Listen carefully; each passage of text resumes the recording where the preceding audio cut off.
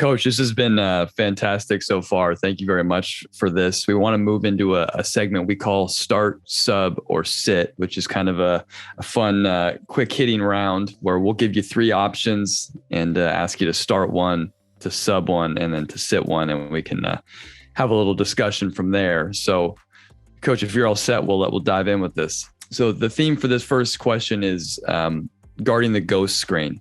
Okay, ghost screens, very popular all over the place now. And so the topic is always, or the question is always, how do you guard it? And so give you these three options on guarding the ghost screen. Just automatically switching it no matter what. We're gonna switch it. We're gonna no screen, no scheme. So we're only switching on contact. Or the third option is just blow it up and double it. So start, sub, or sit, those three options on guarding a ghost screen. This is an interesting one because I can remember like some fellow colleagues at the National Coaching Convention having like a very long discussion about this question. And whenever it comes up with the players at Scout, you're going through walkthrough, then this invariably becomes a debate.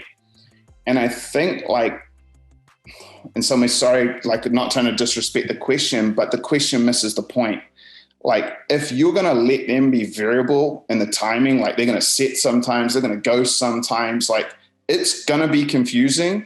And no matter which one of those three options you pick, there's going to be breakdowns, like miscommunications, players confused. So I really believe this answer to this is like, you have to push them into the screen. So if you're going to get close enough to ghost screen it, we're going to hulk you or push you as a screener and be very physical with you.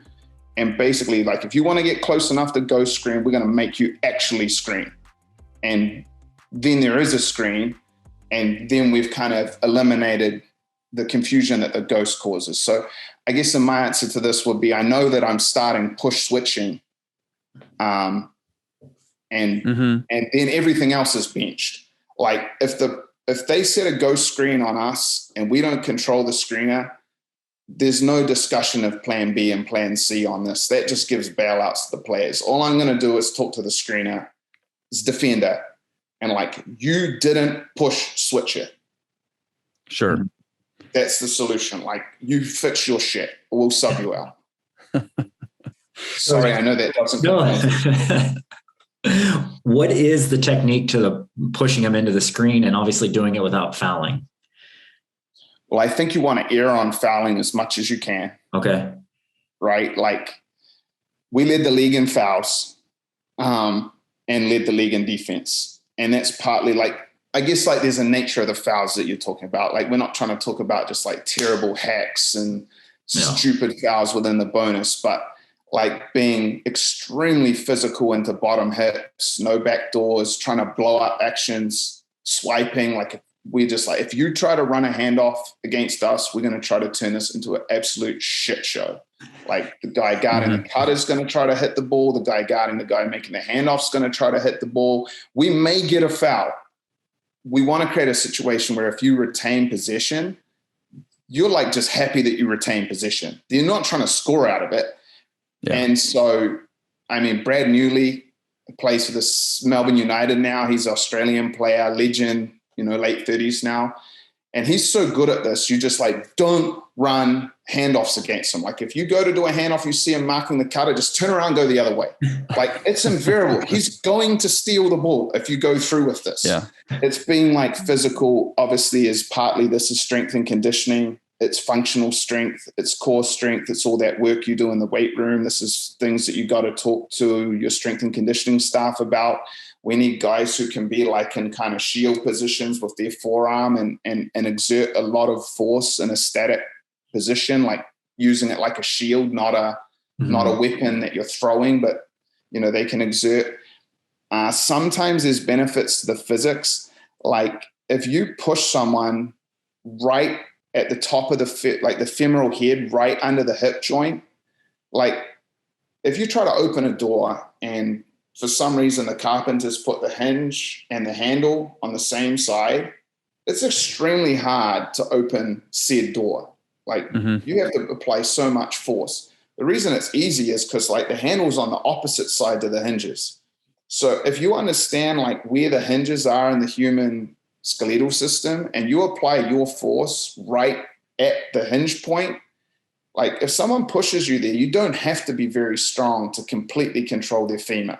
Yeah. So this can be little techniques like that and your understanding of the biomechanics that can allow you to not have to push very hard so it doesn't look like a foul, but you can completely control the movement of that offensive player. Our next one for you, Coach, is hard to defend principles. So hard to defend offensive principles. Start, sub, or sit, sending random flares on drives, cuts off the corner on penetration, or grenade handoffs out of the post.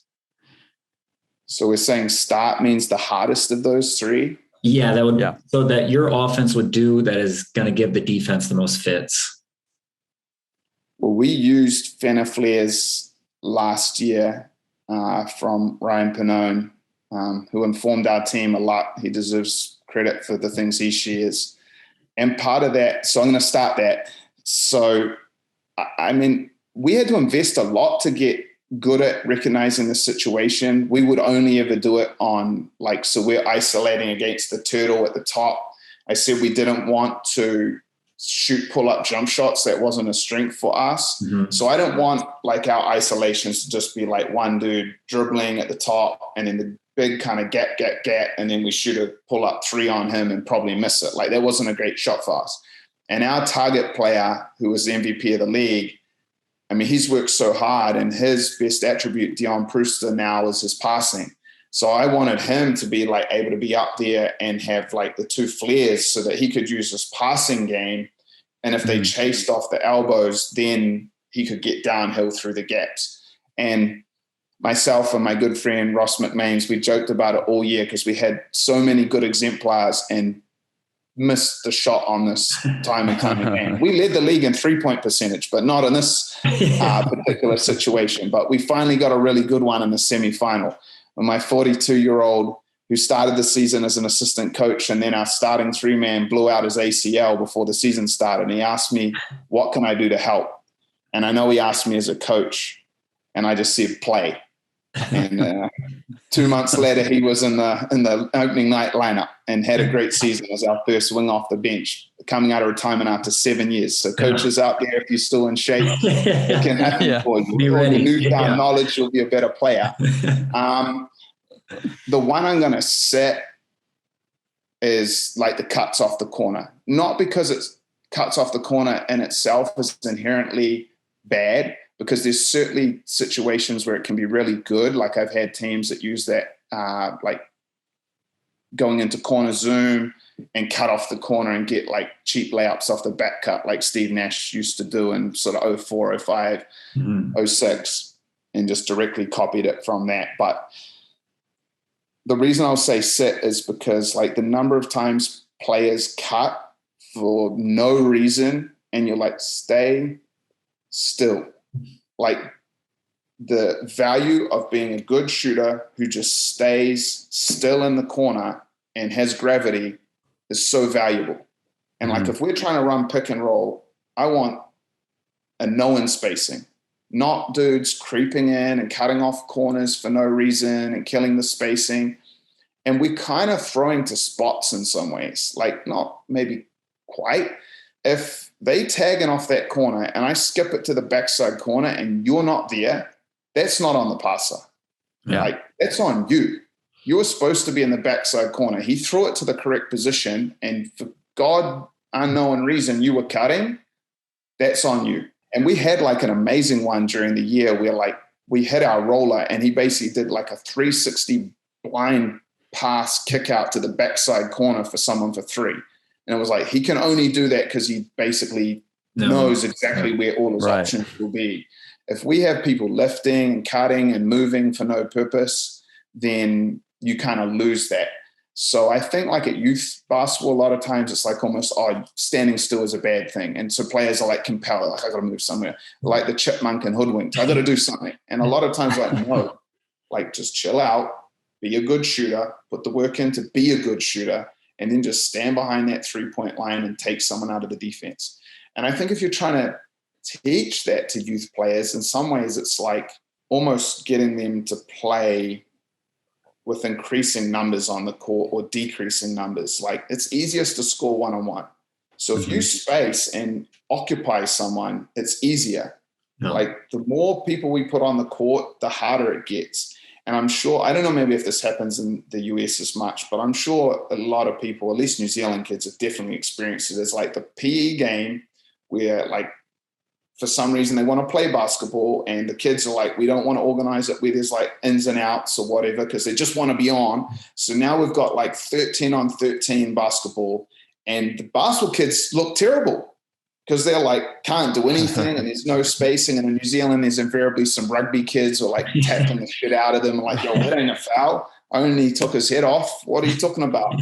And so, yeah, like, you're like, so spacing, fellas, right? It really matters. And another thing I would say to finish that is, like, we all, I imagine, believe spacing is important as coaches. And the question I would put to everyone is, when is the last time you praised one of your players for good spacing? Mm-hmm. Because I think a lot of times it's really like great pass, great shot. And then maybe jokingly, you're like, way to stand in the corner. But in reality, you actually should be 100% genuine, like, man, hell of a job being in the right position.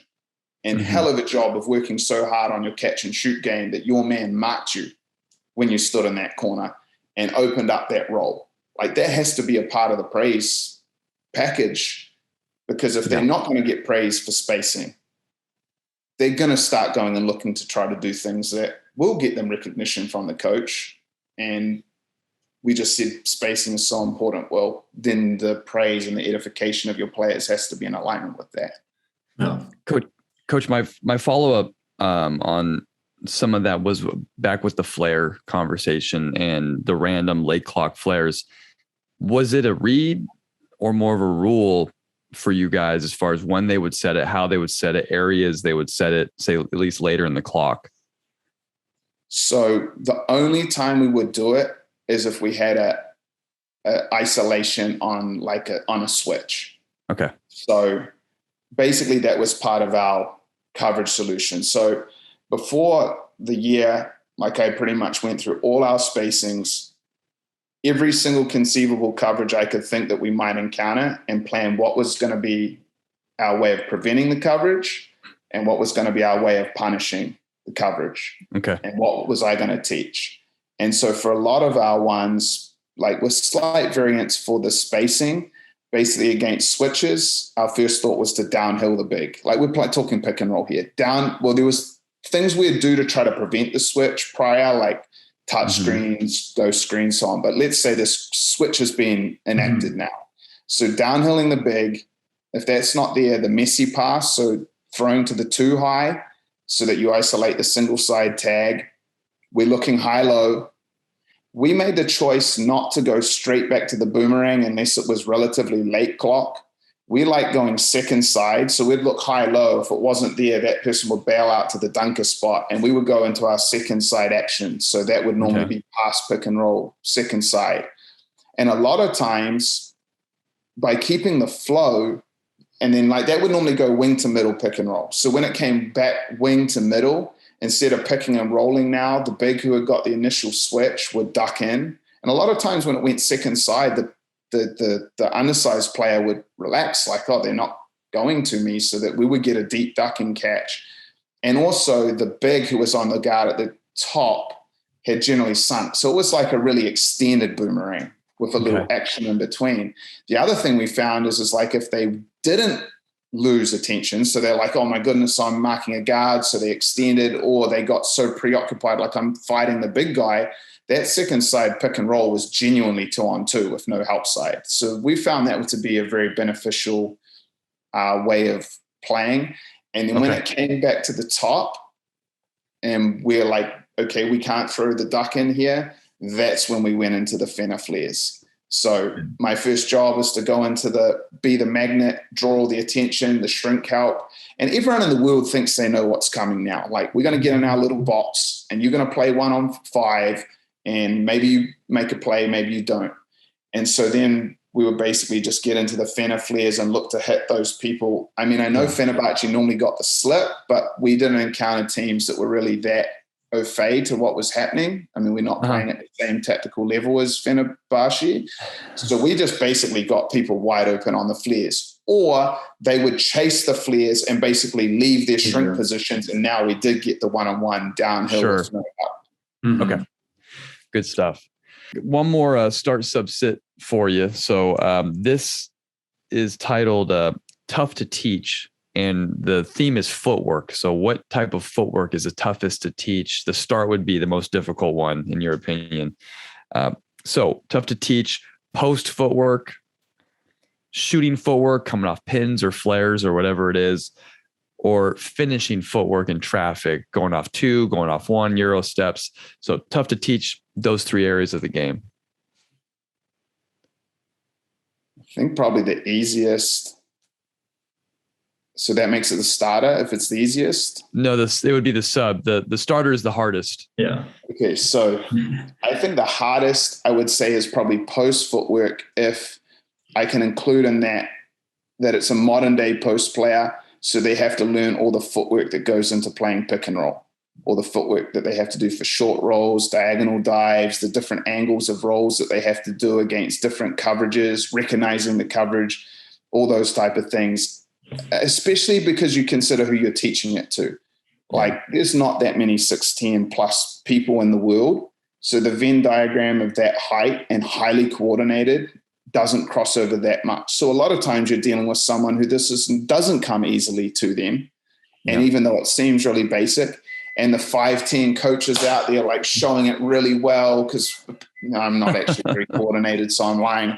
But, like, we think it's easy, but they're like, I'm 7'2", and like I'm kind of become a good basketball player in spite of maybe I wasn't the most coordinated human, but like I still became a pro player because do you know some other 7'2" guys? You're like, no, I don't. You're it. So, you're teaching someone who maybe finds that really hard. So I'm going to say that starts. I think that the shooting footwork, I think on the perimeter is probably the set, just because I think there's probably less variety. Okay. Like, hopefully you're teaching it in a way that mitigates the number of different footworks. There may be obviously some slightly different footwork based on like, are you off the cut to the left, off the cut to the right? The other thing I would think is like that the variability for this is reduced, because like if the variability caused by the defense is too high, the correct response is to not shoot the ball. Like, whereas like down in that paint, surrounded potentially by so many defenders, I guess there's a lot of variety, though I'm someone who very much believes in like make the early easy pass from space. So I'm very big on the kick out, and the last 2 years leading the league in 3-point percentage and shot profiles that people were getting a little excited about on Twitter and things like that when someone else posted them, is partly because of not passing from the traffic.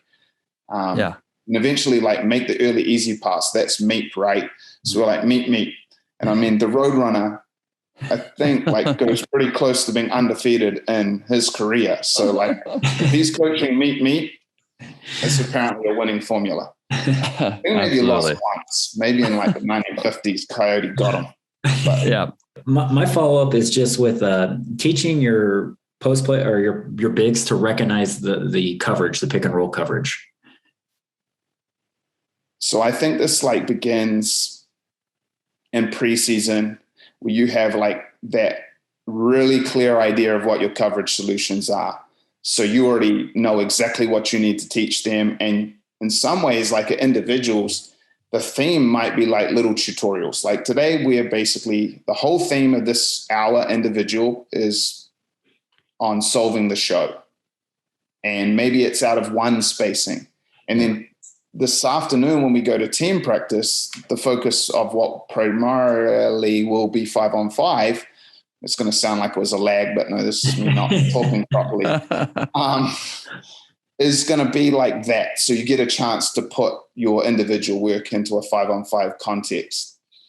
So I think like it's that. And then when you come into the games, like your scouting hopefully can inform you of what coverage to anticipate. It's not always 100% true. Like early in the season, it can be hard to know what coverage this team prefers. And of course, you never know when they've changed the coverage. Yeah. But you can start to have a pretty good idea of what coverage to anticipate. So now everything that you're doing throughout that week is starting to prepare them for the coverages you're anticipating seeing. So they're getting a whole week, maybe 4 practices, 4 individuals, a shoot around and pregame shooting group preparing their footwork to be ready for those things. So some of it is preemptive. If you have very good players, then I think you teach them to read outside their inside eye. So like I'm sprinting into a ball screen and the hoop's that way. So I'm looking out my peripheral vision to basically see what my man is doing. Like the higher they get or they disappear from my view, the more you know that they're going into more likely into aggressive coverage. Obviously, if I can see them sitting back 8 feet, then even if they don't intend to be in a conservative coverage, they can't do anything else from that position. They're not going to be 8 feet back and then trap it. They just can't. So that can inform me. And another thing that can help is the ball handler. So 2 years ago, we kind of I guess it wasn't an experiment, but we hadn't really done it before, where we practiced having the ball handler basically call the reads because they can very much see the screener's defender. So it was really just pop and roll. We kept it very basic, but like they're coming and they would just tell the big what to do. Because I was finding the big and I'm sprinting in. Sometimes it's hard to see how my man's marking me because they're kind of behind me. But the ball handler running the pick and roll very much can see like if they're in drops. And because that was a team where we had the 5 high percentage 3-point shooters. So we basically like anytime we see drops, it's a straight pick and pop for us. Sure. I don't always agree that that's the correct solution, but for that team, as I said, we had a 5-man shooting 60% on 5 attempts a game. If you gave us drops, 1.8 points per possession, like basically borderline can't get more points if we generate a dunk. So we would pop with him at any time we could get that opportunity. Yeah. You're off the start sub sit hot seat. That was a lot of fun. Thanks for going through some of those scenarios with us.